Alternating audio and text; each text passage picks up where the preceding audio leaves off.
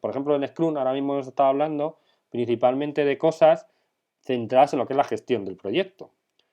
Pero hay una parte muy importante que, por lo menos en mi experiencia, los equipos muchas veces suelen obviar o muchas empresas no tienen muy en cuenta, y es la parte técnica.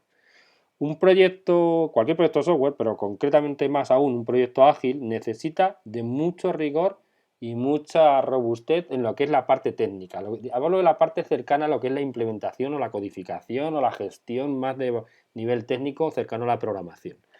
Esto tenerlo presente, porque yo podría aseguraros que por muy implementado que tengáis un ciclo de vida de gestión y un proyecto iterativo ágil, con una metodología como puede ser Scrum, como eso no esté a su vez soportado en buenas y robustas prácticas técnicas, al final el proyecto no acaba siendo capaz de mantener ese ritmo de sprint cada 4 semanas o cada 3. Y como hemos comentado en algún momento a lo largo de la presentación, lo que acaba sucediendo es que el no hacer los proyectos del todo bien, el producto no acaba estando bien, acaba teniendo problemas de calidad que se van arrastrando y acaban haciendo que, llegado un sprint, me pase más tiempo arreglando cosas que no estaban bien hechas que introduciendo nueva funcionalidad, con lo cual todo esto que estamos comentando se viene abajo.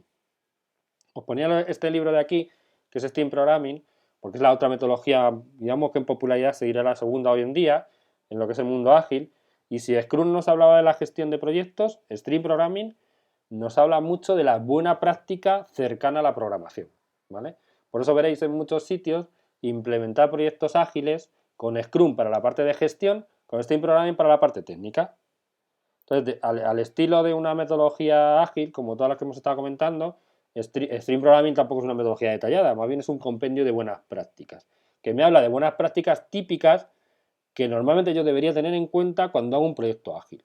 Si no quiero acabar en el lado oscuro de las implementaciones y que mi proyecto acabe teniendo problemas. Estas prácticas que habla Stream Programming y que en cualquier otro, que en muchos otros libros también se hablan relacionados con la agilidad, tened en cuenta que no son solo buenas prácticas de agilidad. Yo diría que deberían de ser buenas prácticas de sentido común en cualquier desarrollo de software. Pero aquí quizás yo aportaría que más aún si es iterativo, incremental, con cortos periodos de iteración. Porque estamos hablando de semanas muy cortitas. Y en esas semanas cortitas, como os comentaba, una de las claves de la velocidad es que esté todo bien implementado. Hay un montón de buenas prácticas de carácter técnico, como la refactorización, los test unitarios y demás. Y ahora os voy a comentar algunas de las que, para mí, de entre muchas tantas, y os animo a leeros el libro de Steam Programming o libros relacionados, creo que son las más fundamentales a tener en cuenta. Y una de ellas es la refactorización, ¿vale? De todo ese conjunto que hemos estado viendo. Todas son importantes, pero voy a señalaros, por razones obvias de tiempo, cuáles las que son, en mi opinión, las que sobre todo no debéis olvidar. Una de ellas, como os comentaba, es la refactorización. O sea, el concepto de refactorización en ingeniería del software, previo o no estrictamente relacionado con la agilidad, ¿vale? Pero sí que es muy obligatorio cuando un proyecto es ágil.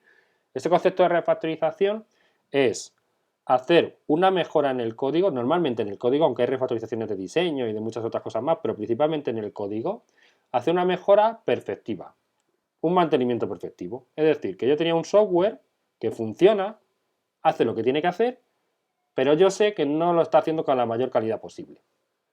Que no lo haga con la mayor calidad posible, que puede ser. Pues imaginad que tiene mucho copy-paste, o yo estoy observando que la complejidad ciclomática es muy alta, o yo sé que esa clase tiene 2000 líneas de código, con lo cual me dice que no está muy bien cohesionada y puedo tener un problema de diseño, etc. Refactorizar es observar esos problemas y transformar ese código en un código bien hecho, que lo hace mejor, que lo hace con más calidad. Eso es refactorizar. Con la particularidad de que mantengo la funcionalidad. La funcionalidad no varía. Por eso hablamos que la refactorización es un mantenimiento perspectivo, para mejorar, ¿vale? Esto es muy importante porque, claro, al hacer iteraciones rápido, como yo voy haciendo sprint rápido, puede ser que muchas veces alguna cosa no la haga del todo bien, quizá porque no la había porque la puedo detectar un tiempo después o cuando implemento una nueva cosa, y rápidamente tengo que estar preparado para arreglar o mejorar eso, porque si no lo mejoro y voy metiendo cositas que no están del todo bien, el conjunto de cosas que no están bien se hace tan grande que llega un momento que me va a frenar la velocidad. Por eso la refactorización es un elemento muy importante de carácter más técnico, como os estaba comentando, fundamental en un proyecto ágil.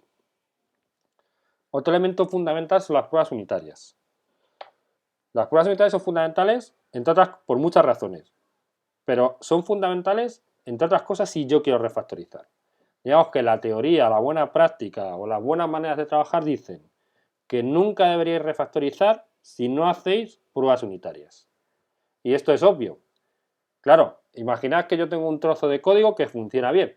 Funciona bien en lo que refiere a funcionalidad. O sea, hace lo que tiene que hacer.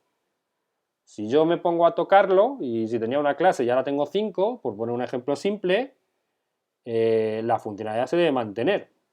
Al tener 5 clases entiendo que he mejorado el diseño, por tanto he mejorado el código.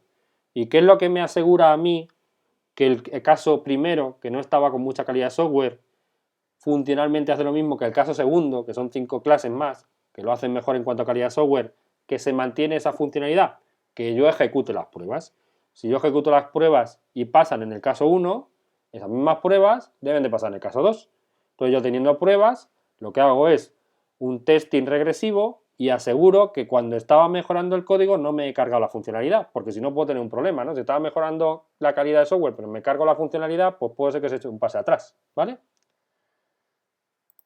Fijaos, y por eso resalto estas prácticas de muchas que hay, que además sabemos que la refactorización implica, como os pongo aquí, pruebas unitarias. No puedo hacer refactorización si no tengo pruebas unitarias, y eso me acaba llevando a tener diseños de calidad.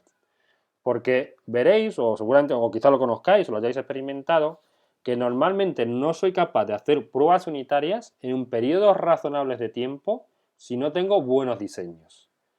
Cuando yo tengo diseños muy acoplados, con clases concretas que dependen de clases concretas, normalmente cuando yo intento hacer pruebas unitarias, si el diseño está muy acoplado y es muy rígido, hacer una prueba unitaria se acaba convirtiendo en una prueba de integración. Y hacer una prueba de la clase A me implica tener que levantar un objeto de la clase B, que al final me lleva un objeto de la clase C, que al final me lleva un objeto que al final acaba en una tabla, que al final me hace levantar la base de datos. Para evitar eso se evita si yo tengo un buen diseño. Si tengo principios como el de inversión de la dependencia, si en las clases concretas siempre pasan a través de clases abstractas, si tengo indirecciones entre las clases, si tengo un buen diseño. Por eso muchos equipos, cuando hablas con ellos, te dicen que no pueden hacer pruebas unitarias. Me ha pasado muchas veces que vas a sitios o vas a algún proyecto que no ha tenido mucho éxito con la agilidad o tiene muchos problemas o no es capaz de implantarlo, y te dicen que uno de los problemas es que no refactorizan porque tienen miedo de romper el código, tienen miedo de romper el código porque no hacen pruebas unitarias, y no hacen pruebas unitarias porque cada prueba unitaria le lleva 5 días. Y eso es un problema de diseño, porque si una prueba unitaria te va 5 días, es porque no tiene lo suficientemente bien hecho el diseño como para que una prueba la puedas hacer en 5 horas, en 5 minutos o en 1 hora y media. ¿Vale? Por eso os digo que si tú puedes aguantar un ritmo de pruebas, tienes un buen diseño. Y tienes un buen diseño si haces pruebas. De hecho, incluso existe la tendencia a prácticas que a algunos os sonarán, como es el TDD o el Test Driven Development, en los que incluso a la vez o incluso antes del propio código se hace el test, con la idea de que sea imposible que tú no puedas tener un buen diseño. ¿Vale? Hay otras prácticas importantes en Stream Programming y en general, bueno, algunas son de Stream Programming y otras son buenas prácticas relacionadas con la agilidad, como es la integración continua, como es la construcción de test automáticos. Normalmente en un proyecto más en cascada clásico, las integraciones muchas veces le llamábamos diferidas, es decir, cada programador, cada desarrollador hacía su trabajo y mucho tiempo después, meses después incluso, había una fase que incluso muchas veces se pintaba en el ciclo de vida en cascada que se llamaba la fase de integración, en la cual todo el mundo juntaba el código de todo el mundo, intentaba juntarlo y aquello se tiraba un montón de tiempo la gente intentando que mi trozo de código vaya con el tuyo. Cuando estamos en agilidad, obviamente, con todos los precedentes que hemos estado hablando, no puedo tener una fase final de integración. Lo que quiero hacer es que prácticamente todas las noches, todos los días, tu código y el mío se junten en un repositorio e intenten compilar. Si no compilan, que nos avise y al día siguiente veamos por qué no nos ha funcionado y si tú hiciste un cambio con el trozo de código que yo suponía que tú tenías y que yo bajé de la herramienta de control de versiones. Y que en cualquier caso, eso lo solucionemos rápido antes de que sea tan grande que no tengamos tiempo para realizarlo en lo que es un propio sprint o una propia iteración, ¿vale? Para todo ello, más o menos, debería automáticamente poder construir el software. Nada en este mundo del desarrollo de software, sea ágil o no sea ágil, va a funcionar si no tengo control de versiones, ¿vale? Esto ya no sé si, bueno, obviamente es una práctica con la agilidad, sin la agilidad y en cualquier desarrollo. Y lo ideal que muchos equipos pretenden y algunos lo consiguen, digamos que sería lo más complejo de todo, pero lo ideal en última instancia es poder llegar a esto que le llamamos continuous delivery. y que ya implica no solo a desarrollo, sino que implica a explotación-producción, ¿vale? O a preproducción. En lo cual, además, de manera muy rápida ya no solo que termino prototipos, sino que los pongo en preproducción, ¿vale? O sea, los despliego.